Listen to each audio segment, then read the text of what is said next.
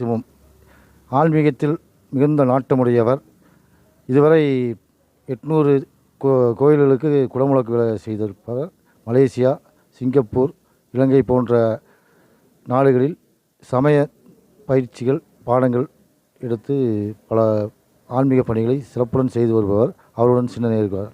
சில ஆன்மீகம்னு சொல்கிறாங்க. எங்கே ஆன்மீகம்னா கடவுள் மட்டும் வழிபடுறதா இல்லை ஆன்மீகம்னா என்ன? திருச்சிற்றம்பலம். கடவுள் மட்டும் வழிபடுறது ஆன்மீகம் கிடையாதுங்க. தனி மனித ஒழுக்கமும் ஆன்மீகம்தான். எப்படின்னு கேட்டிங்கன்னா, அது கடவுள் சார்ந்து இருக்கிறதுக்கு பேர் ஆன்மீகம். அந்த ஒழுக்கமே கடவுள் சார்ந்து இருக்கிறது. இப்போ ஒரு மனிதனுக்கு ஒரு 8 வகையான விஷயத்தை யார் கடைபிடிக்கிறாங்களோ அவர்களே ஆன்மீகவாதி. என்ன மாதிரி விஷயம்னு கேட்டிங்கன்னா, முதல்ல கள்ள வேடம் புனைதல் கூடாது, நட்பு கொண்டு கோல் முனைதல் கூடாது, போதை வஸ்துக்களை பயன்படுத்தக்கூடாது, புலால் உணவை உண்ணக்கூடாது, நயவஞ்சக எண்ணம் கூடாது. அதே மாதிரி பக்தியற்ற அறவஞ்ஞான நூல்களை நாம் படிக்கக்கூடாது.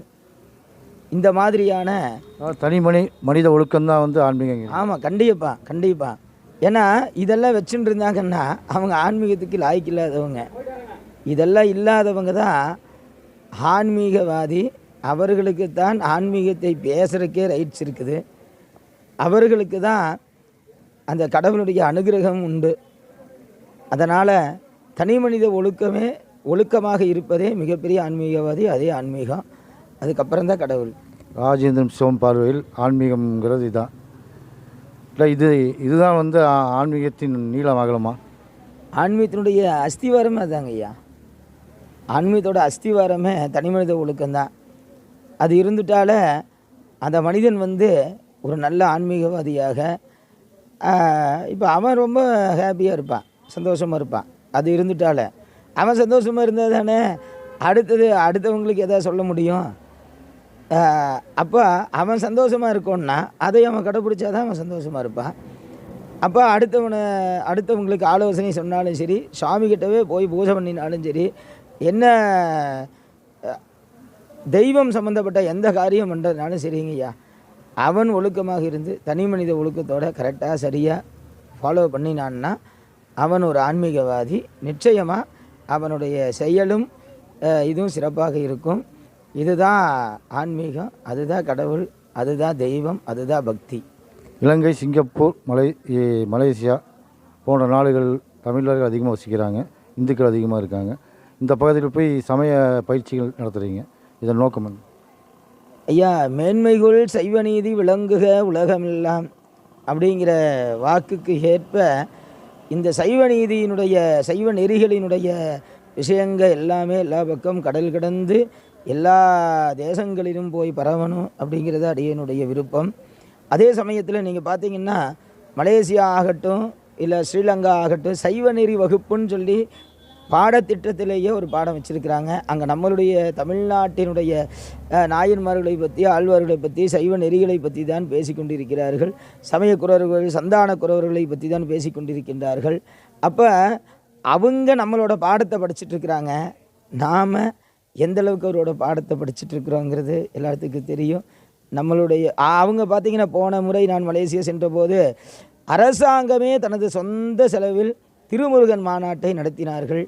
சமூக நலத்துறை அமைச்சர் சிவனேசன் ஐயா, மாண்புமிகு சிவனேசன் ஐயா அவர்கள் அந்த மாநாட்டை தலைமையேற்று கவர்மெண்ட் கட்டிருந்து அவரே நிதியுதவி வாங்கி அந்த மாநாட்டை நடத்துகிறார். அதாவது ஒரு மாற்று மத கண்ட்ரி, அது எல்லாத்துக்கும் தெரியும். ஒரு முஸ்லீம் நாடு தன்னுடைய அரசாங்கத்தினுடைய தன்னுடைய செலவில் அந்த திருமுருகன் மாநாட்டை, இந்துக்களினுடைய மாநாட்டை செய்கிற ஈஃபோ அப்படிங்கிற இடத்துல காம்போ கயாங் சிவசுப்பிரமணியர் ஆலயத்தில் அந்த மாநாடு மிகவும் பிரம்மாண்டமாக நடைபெற்றது. 2 வேளை நல்ல உணவு ஏற்பாடுகள் எல்லாம் பிரம்மாண்டமாக செய்திருந்தார்கள். இதில் என்ன ஆச்சரியன்னு கேட்டிங்கன்னா, அரசாங்கத்தினுடைய செலவிலேயே அது நடந்தது. அதற்காக அவரை போய் நாங்கள் வந்து தமிழ்நாடு குரு அர்ச்சகர் சங்கம் சார்பாக அவருக்கு நான் மரியாதை செய்து அந்த மாநாட்டில் கலந்து கொண்டு உரையாற்றினேன். அதற்கு ஒரு நல்ல வாய்ப்பை கொடுத்தார்கள். மற்ற அங்கே எல்லா வெளிநாட்டில் இருக்கிற இந்துக்கள் எல்லாம் ரொம்ப உணர்வு பூர்வமாக உண்மையாக நல்ல ஆன்மீகத்துவம் இருப்பவர்களாக வாழ்ந்து கொண்டிருக்கின்றார்கள். அதை பார்க்கின்ற பொழுது நம்மளுக்கு ரொம்ப மெய்சிலிர்த்து ஒரு சூழல் உருவாகின்றது. அதே மாதிரி அந்த நிலை உலகம் பூரா போகணும், எல்லாத்துக்கும் தெரியணும், இங்கே இருக்கிறவங்களுக்கும் எல்லாம் தெரியணும் அப்படிங்கிறது அடியனுடைய விருப்பம். அதற்காக நம்மளுடைய தமிழ்நாட்டிலேயே அறநெறி வகுப்பு அப்படின்னு சொல்லி நான் இங்கே கோவை மாவட்டத்தில் ஹிந்து கலாச்சார பேரவைன்னு ஒரு அமைப்பு இருக்குங்க. அந்த அமைப்பின் மூலமாக அந்த இங்கே இருக்கிற எல்லாத்துக்கும் அறநெறி வகுப்பை ஆரம்பிக்கலாம். எல்லா கோவில்கள்லேயும் மாலை நேரம் சனி ஞாயிறு கிழமைகளில் ஆரம்பிக்கலாம்னு சொல்லி எண்ணம் வச்சுருக்கோம். அதை ஆரம்பிக்க போகிறோம். அதற்குண்டான ஏற்பாடுகளும் செய்து கொண்டிருக்கின்றோம். அதே மாதிரி எல்லோரும் இன்புற்று இருக்க இறைவனோட திருவருள் கூடி மண்ணில் நல்ல வண்ணம் அனைவரும் வாழ வேண்டும். திருச்சிற்றம்பலம். நிறைவேற எங்கள் வாழ்த்துக்கள். சந்தோஷங்க ஐயா, நன்றிங்க ஐயா.